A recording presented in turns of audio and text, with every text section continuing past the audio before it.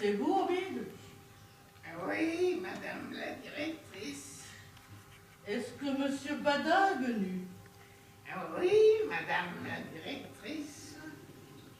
Monsieur Badin est là? Parfaitement. Réfléchissez bien à ce que vous dites. Je vous demande si monsieur Badin, l'expéditionnaire du 3e bureau, est à son poste, oui ou non? Il y est, madame la directrice. Ovide, vous avez vu? Moi? Allons avouer la vérité, je ne vous dirai rien pour cette fois. Madame la directrice, je vous le jure. La présence de monsieur Badin au ministère constitue un phénomène, une anomalie. Enfin, nous allons bien voir. Allez me chercher, monsieur Badin. Bien, madame la directrice.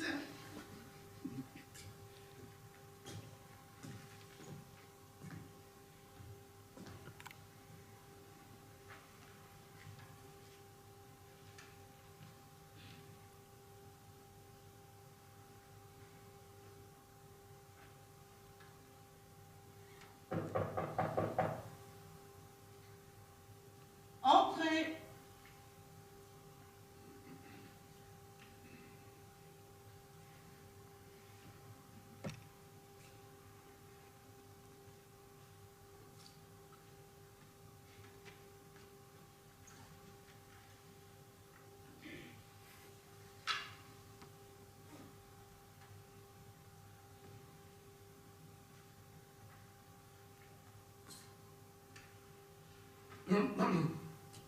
Madame la directrice. Bonjour, monsieur Badin. Prenez un siège, je vous prie.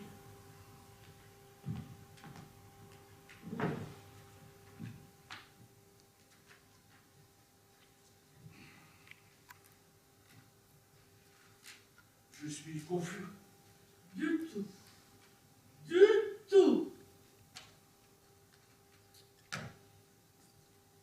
Dites-moi, monsieur Badin, voilà près de 15 jours que vous n'avez mis le pied au ministère. Ah, ne m'en parlez pas. Permettez.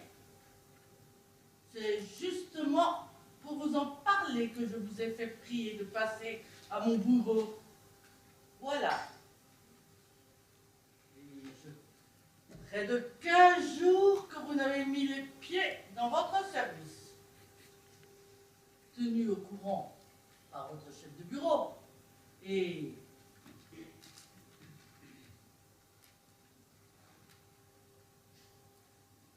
inquiète pour votre santé, j'ai envoyé 6 fois le médecin du ministère chez vous prendre de vos nouvelles.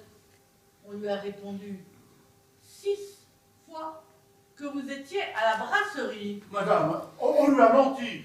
Mon concierge est un imposteur que je ferai mettre à la porte par le propriétaire. Fort bien, monsieur Badin. Ne vous excitez pas ainsi. Madame, je vais vous expliquer. J'ai été retenu chez moi par des affaires de famille. J'ai perdu mon beau-frère. Encore? Madame! Ah ça, monsieur Badin, est-ce que vous vous fichez de moi? Oh! À cette heure, vous avez perdu votre beau-frère. Comme déjà, il y a 3 semaines, vous aviez perdu votre tante. Comme vous avez perdu votre oncle le mois dernier, votre père à Pâques et votre mère à la Trinité. Sans préjudice, naturellement, de tous les cousins, cousines et autres parents éloignés que vous n'avez cessé de mettre en terre à raison d'un au moins la semaine. Quel massacre! Non mais quel massacre! A-t-on idée d'une boucherie pareille? Et je ne parle ici, notez bien, ni de la petite sœur qui qui se marie 2 fois, non, ni de la grande qui accouche tous les 3 mois. Ah ça, monsieur Badin, en voilà assez. Que vous vous moquiez du monde, soit, mais il y a des limites à tout. Et si vous supposez que l'administration vous donne 2400 francs pour que vous passiez votre vie à marier les uns, à enterrer les autres, ou à les tenir sur les fonds baptismaux, vous vous mettez le doigt dans l'œil. Madame la directrice. Taisez-vous! Vous parlerez quand j'aurai fini. Vous êtes ici 3 employés attachés à l'expédition. Vous, Monsieur Soupe et Monsieur Ferbattu.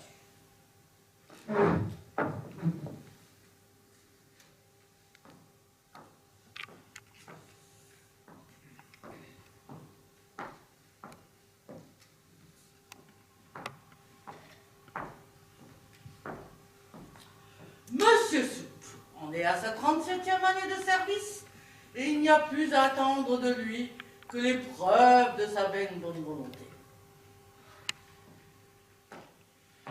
Quant à monsieur Ferbattu, c'est bien simple. Il place des huiles en province. Alors quoi? Car voilà pourtant où nous en sommes.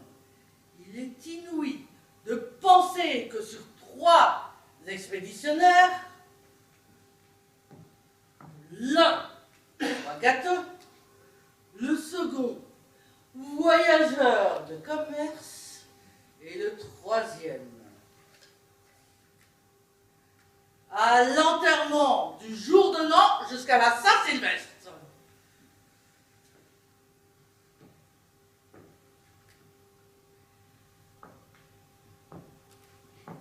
Et néanmoins, vous vous êtes dit que les choses pouvaient continuer de ce train. Eh bien non, Monsieur Balin, 100 fois non. J'en suis las, moi. Des mariages, des enterrements et des baptêmes.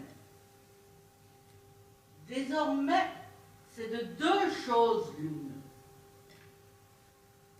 La présence ou la démission.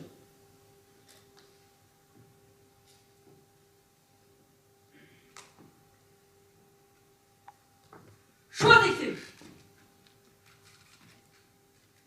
Si c'est la démission, je l'accepte. Je l'accepte à l'instant même. Est-ce clair? Si c'est le contraire, je vous prie d'être ici tous les jours sur les coups de 10 heures et ceci à partir de demain. Est-ce clair? J'ajoute que le jour où la fatalité, cette fatalité odieuse qui vous poursuit, semble se faire un jeu de nous persécuter, viendra à nouveau vous frapper dans vos affections de famille, je vous balancerai, moi. Est-ce clair? Vous me faites bien de la peine, madame la directrice. La façon dont vous me parlez, je vois bien que vous n'êtes pas contente. Allons donc, je suis fort satisfaite au contraire. Vous raillez.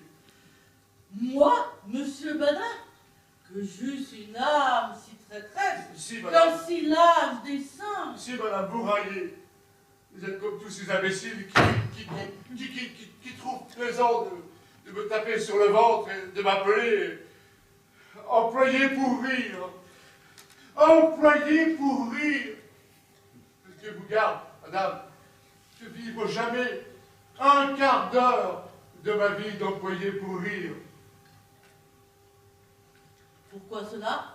Bien, madame, N'avez-vous jamais réfléchi au sort du pauvre fonctionnaire qui, systématiquement, opiniâtrement, ne veut pas aller au bureau et que la peur d'être mis à la porte hante, poursuit, martyrise d'un bout de la journée à l'autre?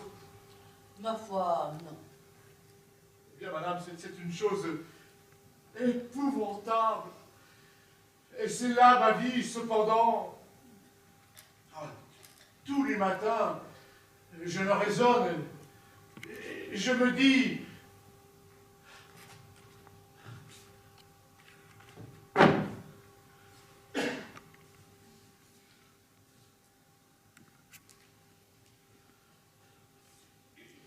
va au bureau, badin. Voilà 8 jours que tu n'y es pas allé. Je m'habille alors et je pars. Je me dirige vers le bureau, mais oui, j'entre à la brasserie. Je prends un boc, 2 bocs, 3 bocs. Je regarde marcher l'horloge en pensant, quand elle marquera l'heure, je me rendrai à mon ministère. Malheureusement, quand elle a marqué l'heure, j'attends qu'elle marque le quart. Et quand elle a marqué le quart, j'attends qu'elle marque la demi. Et quand elle a marqué la demi, vous vous donnez le quart d'heure de grâce. Parfaitement. Après quoi, je me dis, il est trop tard. J'aurai l'air de me moquer du monde. Ce sera pour une autre fois. Quelle existence! Quelle existence! Moi qui avais un si bon estomac, un si bon sommeil, une si belle humeur. Ah, je ne prends plus plaisir à rien. Tout ce que je mange me semble amer comme du fiel. Si je sors, je longe les murs comme un voleur, l'œil moussaqué, avec la crainte de rencontrer un de mes chefs. Si je rentre, c'est avec l'idée que je vais trouver chez le concierge mon arrêté de révocation. Ah, je vis sous la crainte du renvoi comme un condamné sous le couperet. Ah, Dieu!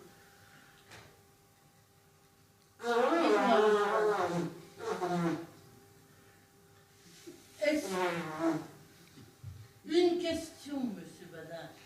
Est-ce que vous parlez sérieusement? Moi, j'ai que le cœur à plaisanter. Mais réfléchissez donc, madame la directrice. Les 2400 francs qu'on me donne ici, mais je n'ai que cela pour vivre, moi. Que deviendrai-je le jour inévitable, hélas, où on ne me les donnera plus? Car enfin, je ne me fais aucune illusion, j'ai 55 ans. Âge terrible où le malheureux qui a laissé échapper son pain doit renoncer à l'espoir de le retrouver jamais. Ah, ce n'est pas gai tout ça. Aussi, je me fais un sang. Madame, j'ai maigri de 10 kilos depuis que je ne suis jamais au ministère.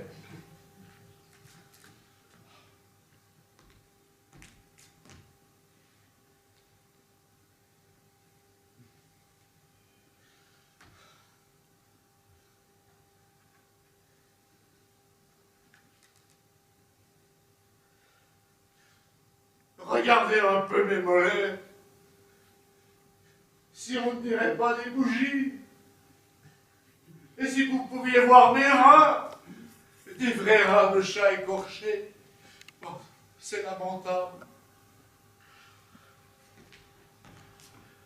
Tenez, madame, nous sommes entre hommes, nous pouvons bien vous dire cela. Ce matin, j'ai eu la curiosité de regarder mon derrière dans le miroir. Eh bien, j'en suis encore malade, à rien que d'y penser. Quel spectacle! Quel spectacle! Un pauvre petit derrière de rien du tout. Gros comme à peine les 2 poings. Je n'ai plus de fesses.